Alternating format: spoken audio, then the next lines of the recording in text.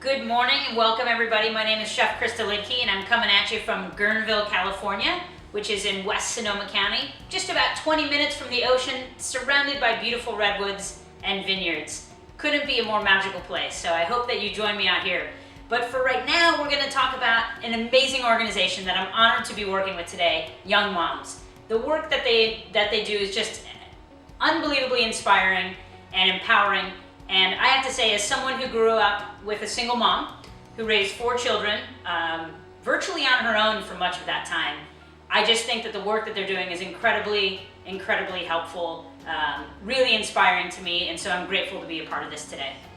So let's talk about eggs. It's brunch time, right? What's the first thing that you think of for brunch? For me, it's Eggs Benedict, but I don't eat a lot of meat, or I try to eat less meat. And I know that you guys are out there in Mushroom County in Kennett, and so I wanted to do a little spin on Eggs Benedict today. So we're gonna do an Eggs Benedict with some wilted spinach, sauteed mushrooms, and we're gonna do it over polenta. So we're gonna kind of play through a bunch of variations so that you guys can learn some new things today, maybe try some new things at home that you wouldn't have otherwise, and I hope it's gonna be fun. So let's talk about our ingredients today. So we have some polenta, of course, store-bought. We're going to talk about different ways that you can do it from scratch, from dry. We've got eggs. You're going to need a lot of eggs. You're going to need a lot of butter. I've got some spinach. I've got some mushrooms. These are really interesting here. There's several types of mushrooms. These are alba and brown clamshell, otherwise known as han shimeji. And these are velvet piopino, really foresty and really fun. So these are local mushrooms here that are grown by Far West Fungi, just a few miles down the road. We've got some lemons and some chopped garlic, and then let's go over to this side. We'll take a look at what we've got over here. So we're gonna go step by step through the process today, and what I think is one thing that's really important for me is when I love to entertain, I don't love it when I'm stuck behind the stove all the time. So I'm gonna show you how you can get things done in advance of your guests showing up for brunch. So whether you're having 2 people or 6 people or 10 people, we can do a lot of things in advance and really make it look like this was an easy, flawless meal. And we're gonna try to make some shortcuts, some little pro chef tips that will help you make things easier for yourself. So don't be intimidated. There's a lot of easy ways that we can cut some corners here. So we're gonna start first with poaching some eggs. So we're gonna get our water going on high. So any acid will do. White vinegar tends to be the best, but I like the flavor that's imparted by sherry vinegar. So we're gonna get our water going and use about 2 tablespoons of sherry vinegar. Notice my precise measuring technique. And then also a little bit of kosher salt.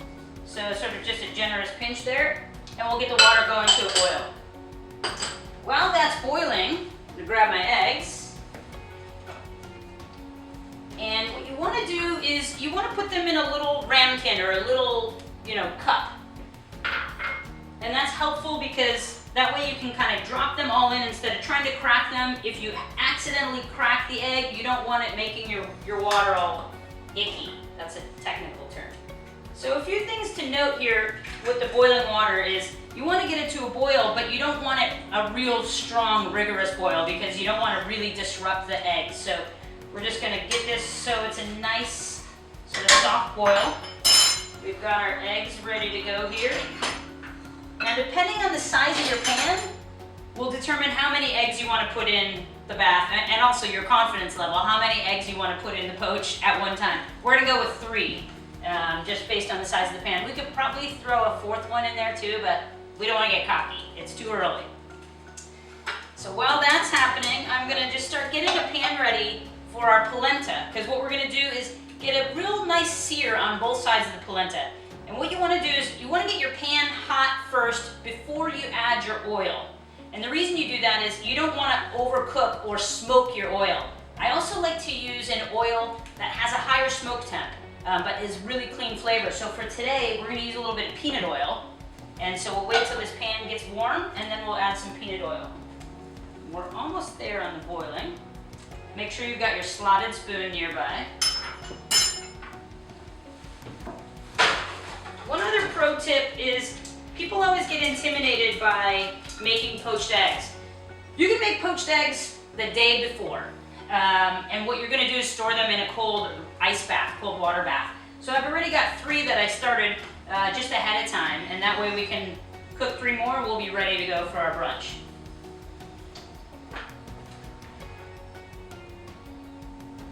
Now, if you're worried about doing too many things at the same time, you can go step by step, one thing. I'm just gonna try to expedite the process here this morning, because we're all hungry, right?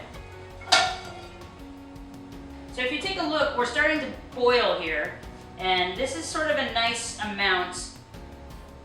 We'll get it to where it's a little bit more of a rolling boil, and then I back off the temperature. Now remember, when you're putting eggs in, they're going in cold. So they're gonna take the temperature of your water down. All right, kind of wanna quickly get these all in there together. And now you can see our eggs are all hanging out nicely in there. And now we're gonna get our polenta going until our oil is nice and hot.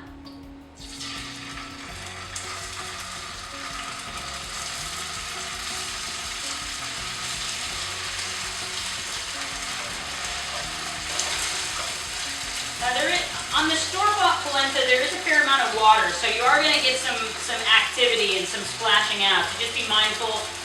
Try not to use the fan for noise today, but definitely turn on your fan on this one.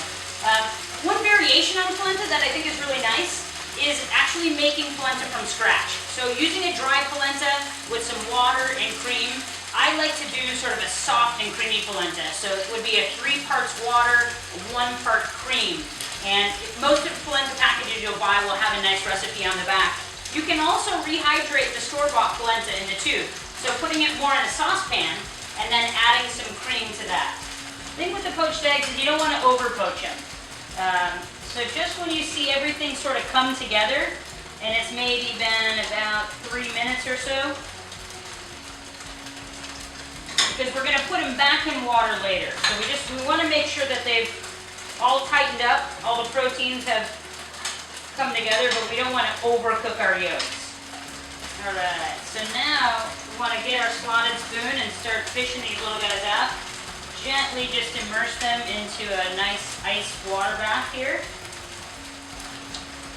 Now as you can see, they're just hanging out here in the ice cold. Now you want to hold on to that water because we're going to use it a little bit later just to reheat them right before we're plating the dish. How's everybody doing so far? Big question is, do you have a mimosa or a Bloody Mary? And if you don't, now's your chance to quick grab one while we're waiting for these polenta cakes to get a little crispy, and we'll get the mushrooms going for you. Should maybe take the time to introduce you to my sous chef. This is Mr. Logan.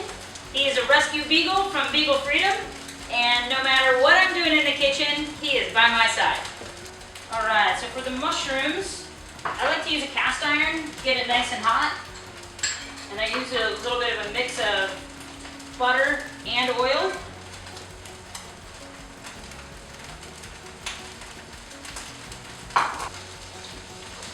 The nice thing about the polenta is you can't really screw it up. Whether you saute it, whether you fry it, whether you rehydrate it in a saucepan with some liquid, it's delicious. It's also gluten-free, which I love. I also just think it's a nice variation on something that you wouldn't typically see with Eggs Benedict. So I think it's sort of a fun and playful way to make a little change. And again, the reason I'm doing a lot of these techniques up front is because you can prepare most of these things before your guests even arrive. We're going to get these nice and crispy and a little bit brown, and then we'll let them hang out on a cookie sheet. Then we can toss them in the oven or put them just in a low oven so that they're just nice and perfect and warm and ready to go. Same thing with the eggs. Do them in advance. Keep your poaching water. We'll just get it warm again, and we're going to drop those in the bath later, right at the time we're plating. So now it's just sort of building all the individual components so that we can have a flawless brunch when our friends show up. All right, so over here I've got my mushrooms going in the saute pan. Nice cast iron, get it good and hot. Kind of jumped the gun a little bit, but once we're about halfway there, I'm going to just put in a little bit of fresh garlic. Again, totally optional. I just love how it all comes together and just kind of gives it another punch and a little bit of spice. All right, so our cakes are looking pretty good. So if you want to take a look at those right there. Now you can go darker if you want, but really they just got a nice crisp on the edge, and then we're going to toss them in the oven, and then they'll finish in there.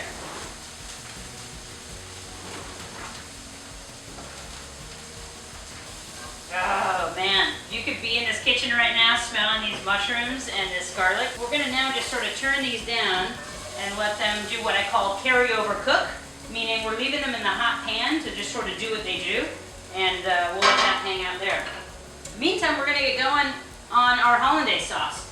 And we're gonna go with a couple of different variations on what you can do. I know people get really intimidated. Honestly, right now on camera, I'm a little bit nervous, but we're gonna do it together. So, what we're gonna do is bring our eggs and our lemons. I'm gonna get my bowl off here just before it gets too hot. Go with a little bit of lemon juice in the bowl. And meanwhile, I've got water getting started, so if you've got a double boiler, that would be a really great choice. If not, just boiling some water. We want to save our egg whites here. So what we want is the yolks. So we're going to get rid of all those whites. And we're going to go with 3 eggs, or 3 egg yolks rather. So just have a little bit of lemon juice, some egg yolks, and just a pinch of salt. We're going to just whisk that up really good. So now you've got that nicely whisked in the bowl. Try to get it as whipped and creamy as you can.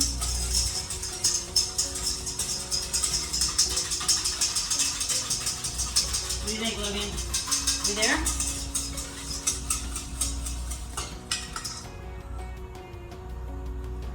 And now over, not quite boiling, but maybe simmering, we're gonna start to add our warm butter. Now I did the sort of chef version and I did clarify my butter. You can look online how to do that, but it's not necessary. So you can just use warm melted butter. All right, now the goal here is you don't want to be too hot because what will happen? You'll make scrambled eggs. So what we want to do is just start slowly adding in our warm butter to this mixture as it's over a nice double boiler. Now one sort of way that you can do what I'll say like a kitchen hack is you can make this in a blender. So you do the same thing. You put your egg yolks, your lemon, and a little bit of salt in the blender. And then you would take your warm butter.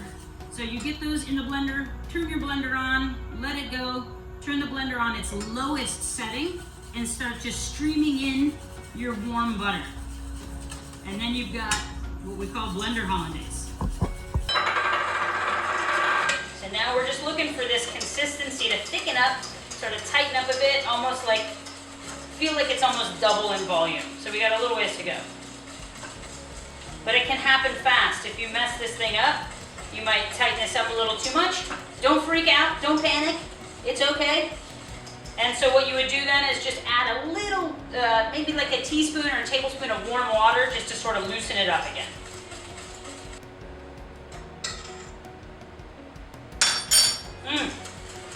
Now the one thing when you get close to done is that's your time to test where you're at with your salt and your acid. So again, where you're at with, ooh, we're boiling now, turn her down. The amount of lemon that you put in as well as the amount of salt, and so then you can make your adjustments. So now once you get it to where it's this nice consistency, I don't know if you can see that's thickened up real nice, we're going to set it aside, and you want to set it aside in a warm area. That way it still just stays nice and loose. That way it's ready to go. You want to use it within about an hour, but you can let it hang out sort of on the stove where other things are warm.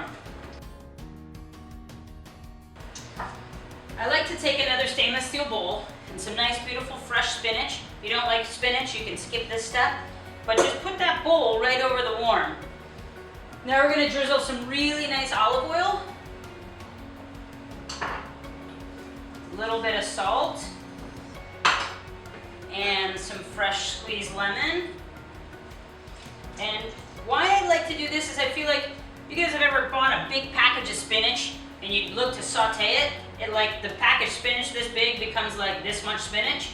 We're gonna do something similar, but we're not gonna kill it. We're just gonna sort of let it wilt. So that bowl's gonna get warm on the bottom. It's gonna sort of wilt it up nicely, but you're not gonna have all that water mess and lose all your spinach, but it'll soften it just enough that it's texturally where you want it for this dish. You can see sort of it's starting to get nice and wilty, and obviously our volume has been cut in half, but it's not just a gross, wet, soggy mess of spinach. So now we're just gonna kill the water, let those hang out. And what I'm gonna do is actually mix my spinach and my mushrooms together. In fact, here's what we'll do. Because we're getting crazy today. It's Young Moms, and we're gonna go nuts. We're gonna go ahead and just set the spinach right on top of these warm mushrooms and let them all just sort of hang out in this hot pan. So I think we're at that part in the story where we actually get to plate up some food. So what we need to remember is that our eggs are still hanging out in like their ice cold bath. So we are going to give them a hot tub. So drain off some of this water here.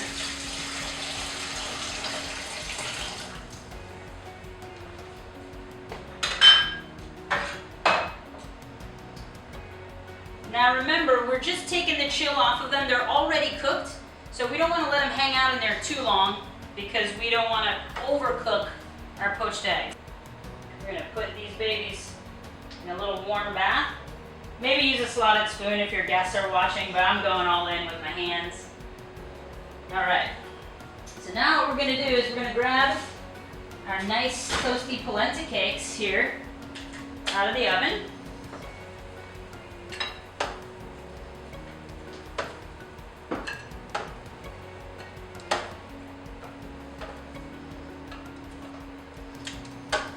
Well, maybe I'll have one for me.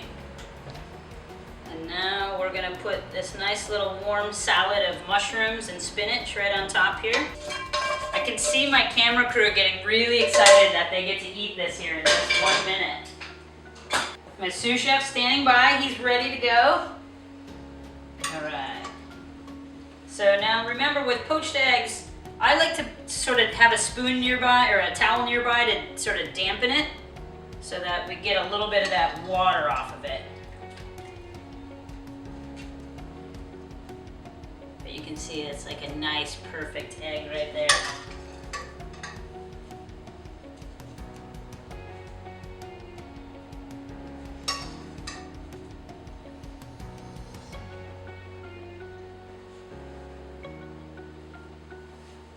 Every good chef has to have some finishing salt on hand because those eggs really didn't get any salt in them. So I like to use a nice little Maldon crunchy sea salt here.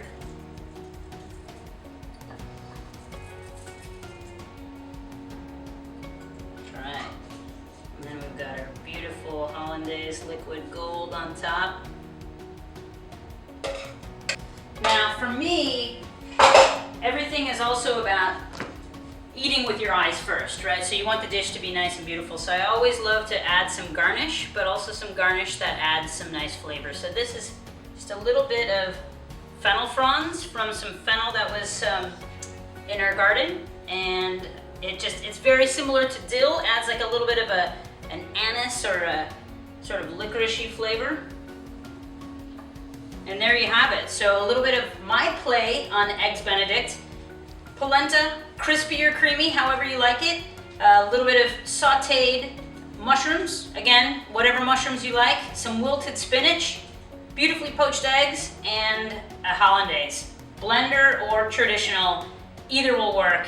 And now you've got a fantastic sort of main dish that you can feature at your brunch for all your friends. So I hope you enjoyed, and look forward to you trying out my recipe and letting us know what variations and what plays on it that you did and what you liked.